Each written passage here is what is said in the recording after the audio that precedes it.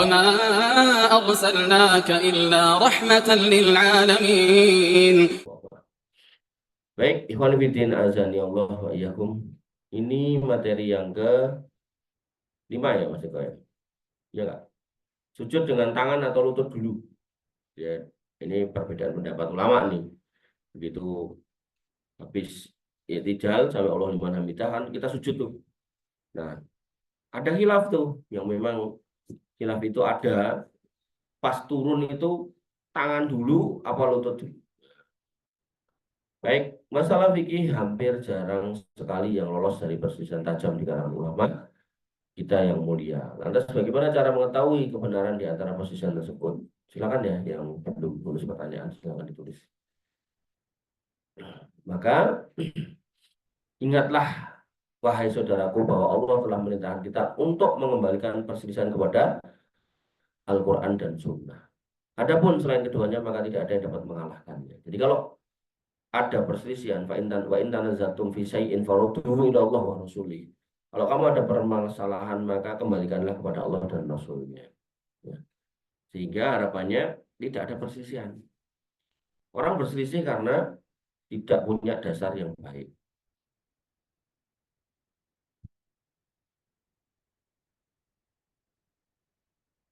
Jadi metode yang benar dalam menyikapi masalah perselisihan ulama adalah mencari dalil yang lebih valid, sahih dan kuat, bukan dengan fanatik madhab, takut dan mengikuti pendapat mayoritas. Di antara masalah fikih yang diperselisihkan ulama adalah tentang sujud itu didahulukan tangan dulu atau lutut dulu. Ini yang akan kita kaji dalam pembahasan kali. Baik, secara teks hadis ada sebuah hadis Nabi Hurairah radhiyallahu anhu dari Abu Hurairah radhiyallahu anhu beliau berkata, qala Rasulullah sallallahu alaihi wasallam bersabda, "Idza sajada ahadukum fala yabruk kama yabrukul ba'ir." Kalau kamu sujud jangan turun seperti turunnya unta. Wal yada yadaihi qabla rukbataihi. Maka letakkan dua tangannya sebelum dua lututnya. Ini dalil. Dalilnya apa ini? Sahih. Tertulis dalam kitab Tarikh Al-Kabir, kemudian Syarah Muskil Athar, Syarah Sunnah, Al-Muhalla, dan banyak ya. Sebagian ahli ilmu dan ahli hadis telah menulis buku khusus tentang bahasa. Nah, kemudian ada lagi hadis yang lain. An Wa'il bin Hujrin, dari Wa'il bin Hujr, dia berkata, Ra'aitu Rasulullah sallallahu alaihi wasallam idza sajada. Aku lihat Nabi sallallahu ketika beliau sujud, ya do'ur batahi qabla yadihi. Meletakkan kedua lututnya sebelum tangannya. Ini secara teks bertentangan dengan yang pertama. Yang pertama, meletakkan tangan dulu sebelum lutut. Yang kedua, meletakkan lutut dulu sebelum tangan. Yang menarik, hadis yang pertama sahih, hadis yang kedua dhaif. Maka kalau kita cuma melihat redaksi hadis itu, maka tentu kita akan bingung yang benar yang di satu. Atau kita bisa juga berada di posisi yang kedua, dua-duanya benar gitu kan. Tapi kalau kita kemudian melihat status hadisnya, yang pertama sahih, yang kedua dhaif, tentu sebagai orang yang menuntut ilmu atau penuntut ilmu, kita nggak boleh fanatik, kita nggak boleh taklid buta.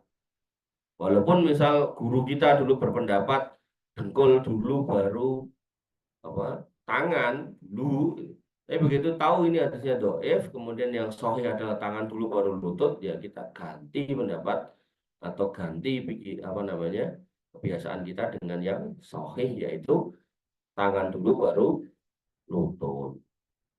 Itu ya.